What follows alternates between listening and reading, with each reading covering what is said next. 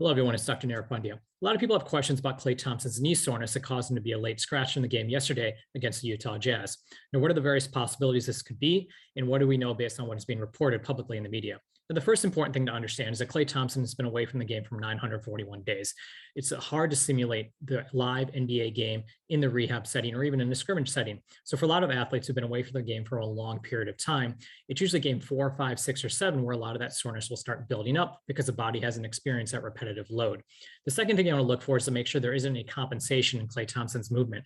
So a lot of times what soreness can develop for is due to the fact that athletes may be placing additional stress on that joint as they're coming off an injury, in this case, an Achilles. So a lot of times the training staff will look at how he's moving, breaking down video, seeing if he's putting additional pressure on that other side that may be the cause of knee soreness.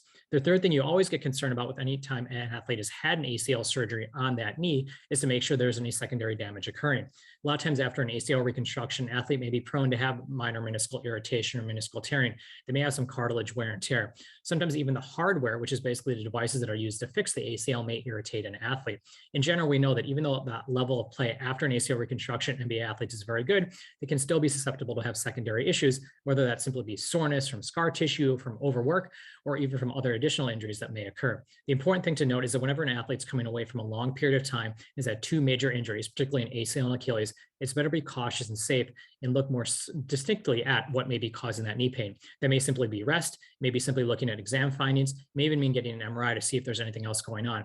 A safe, cautious approach is important to look to see, make sure that there's no other additional issues that may be causing more than just soreness from being away from the game for a long period of time. I'm sure we'll hear more information as the next couple of days go by, and here's crossing our fingers that Klay Thompson doesn't have anything major going on with his left knee. Thank you.